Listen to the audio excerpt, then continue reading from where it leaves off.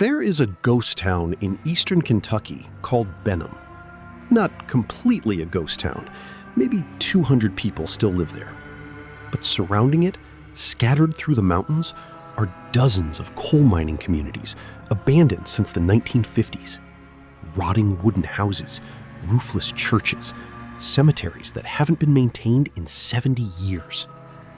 I document historical heritage for a living. I photograph crumbling structures before they disappear entirely. It's solitary work, but I prefer it that way. That October, I spent 3 days photographing one of those abandoned communities. 20 houses lined up on a hillside, a 2-room schoolhouse, a general store, and a small wooden church with the bell still hanging in the steeple. On the third night, I decided to camp on site instead of driving back to town. I set up my tent in the field, facing the row of structures. View of the houses, the dirt road between them, the church at the far end, the bell motionless against the dark sky. The place felt heavy at night. Not threatening, just heavy. Like the air itself remembered something that the buildings had forgotten how to say. I made a small fire, ate, and went to sleep early. At 11 p.m., the bell rang. Once. Clear and clean, cutting through the mountain silence like the metal had just been cast. A single pure tone that lasted maybe 3 seconds and then was gone. I came out of the tent and looked at the steeple. The bell was completely still. There was no wind. I had checked before going to sleep. Completely calm night. Not a leaf moving anywhere in that entire hollow. I walked to the church, went in through the door that no longer had a lock, pointed my flashlight upward at the bell mechanism. The bell rope was intact but coiled and tied to the center pillar. No one had pulled that rope in decades. The dust accumulated in the fold was thick enough to read it clearly, untouched. I stood there for a long time in the dark of that church, flashlight pointed upward, trying to find an explanation. I went back to the tent. At midnight, the bell rang again.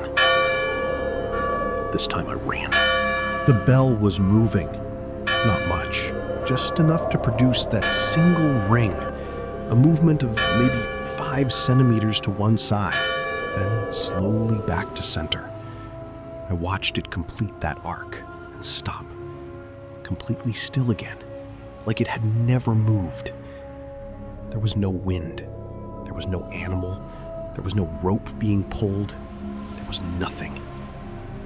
I stood in that field in the dark, watching a bell that had just rung itself twice in one night, and I had no explanation to give it. I went back inside the tent and didn't sleep again. In the morning, I searched every inch of that church, the steeple, the rope, the mechanism, the structure. I found nothing that explained what I had heard and seen. That week, back home, I researched the history of that specific community. The tradition in Kentucky coal mining towns was to ring the church bell when there was an accident in the mine. 1 ring for each miner killed. 1 ring per life.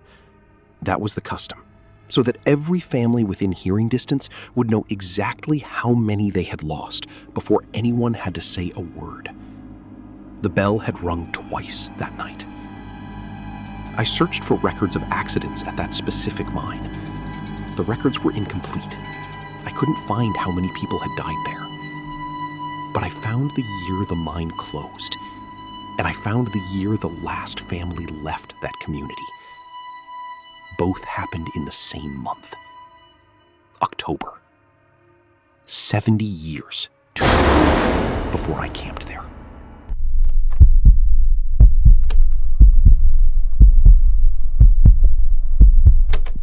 There is a decommissioned lighthouse on the coast of Maine that has belonged to my friend Sarah's family since 1960. The lighthouse was shut down by the Coast Guard in 1958. Her family bought the property 2 years later. They never renovated the lighthouse itself, only the keeper's house beside it, a small 2-story white building where they stay when they visit in the summer. Sarah invited me to spend a weekend there in late September. She went with her boyfriend Daniel. I went alone, third wheel, tent in the field beside the keeper's house. The lighthouse is 24 meters tall, white stone tower perfectly preserved on the outside, the light at the top dark for decades. The original lantern assembly is still up there. The family always said it was part of the history of the place. On the first night, Friday, I woke up at 3 a.m. with no clear reason. My tent window faced the lighthouse directly. I always position myself that way when I camp near something interesting. Old habit from years of doing this kind of travel. The light was on. Not a flashlight, not a reflection. The original lighthouse beam. That slow, heavy, deliberate rotation that old lighthouses make, sweeping across the ocean in long 4-second cycles. The kind of light that sailors navigated by for 100 years. I sat completely still inside the tent watching it rotate. 1 full cycle. 2, 3. It was real. It was on. And it had no business being on. I went to Sarah's tent and woke her up. She came out, looked at the lighthouse, and stood completely silent for a long moment. Then she said something I will never forget. "That's not possible. There's no electricity in there." The lighthouse had had no electrical connection since 1958. Her family had personally confirmed this when they bought the property decades ago. No wiring, no power source, no connection to the grid of any kind. Daniel came out. The 3 of us stood in the cold September air, watching the lighthouse beam rotate across the ocean. Slow and steady and completely impossible. After maybe 3 minutes, it stopped. Not gradually, not a fade. It simply stopped, mid-rotation. And the lighthouse went completely dark. We climbed the lighthouse the next morning. The original lantern assembly was exactly as it had always been. The cast iron rotation mechanism, the gears that drove the light's slow turn, the enormous Fresnel lens still intact and perfectly preserved, but covered in a thick layer of undisturbed dust. The gears were frozen with rust. When Daniel tried to move the rotation mechanism manually, it didn't give at all. Completely seized. Those gears had not turned in a very long time. Sarah called her mother from the keeper's house that afternoon to tell her what had happened. There was a pause before her mother answered. A long one. Her mother said the same thing had happened to her once. She had never mentioned it to anyone. Sarah asked why she had never said anything. Her mother explained that after it happened to her, she had looked into the history of the lighthouse. She discovered that the original keeper, the man who had operated that light for 31 consecutive years, had died climbing the interior stairs of the lighthouse in 1957, 1 year before the light was officially turned off by the Coast Guard. He never saw the decommissioning. He died doing his job. Sarah's mother had made a decision not to tell anyone in the family. She didn't want people to be afraid of the place. It was their place. It had always been peaceful. "He's just doing his job," her mother said quietly. "He has been this whole time, and I think he always will."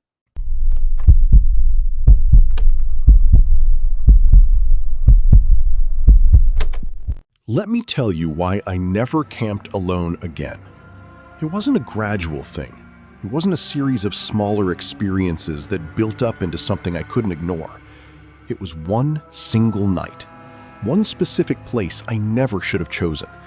And after that one night, it was enough for the rest of my life. I was driving cross-country alone, Seattle to Nashville. No schedule, no reservations. I was between jobs, had some money saved, and had wanted to make that drive since I was 20. I slept in the car sometimes, camped other times, stopped wherever I felt like stopping. On the 3rd day of the trip, I was in Oregon, on the I-84 heading east along the Columbia River Gorge. It was 11 p.m., and I needed to stop. I took a random exit near Hood River and followed a back road away from the highway. About 10 minutes down that road, I found an open area near an old railroad bridge.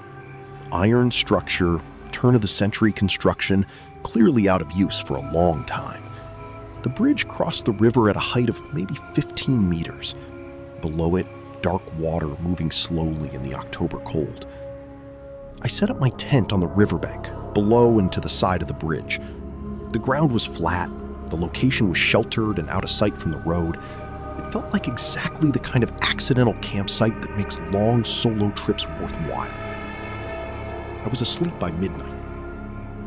At 2 a.m., I woke up to the sound of footsteps on the bridge above me. Not the sound of someone crossing, the sound of someone walking to the middle and stopping. I lay still and listened. Silence for maybe 30 seconds. Then footsteps again. Slower this time, moving from the center of the bridge toward the edge. The sound of each step deliberate and unhurried. Someone who knew exactly where they were going and had no reason to hurry. The footsteps stopped. I got up slowly, unzipped the tent as quietly as I could, and looked up at the bridge. A figure was standing at the edge of the bridge, looking down at the river. Not at me, at the river.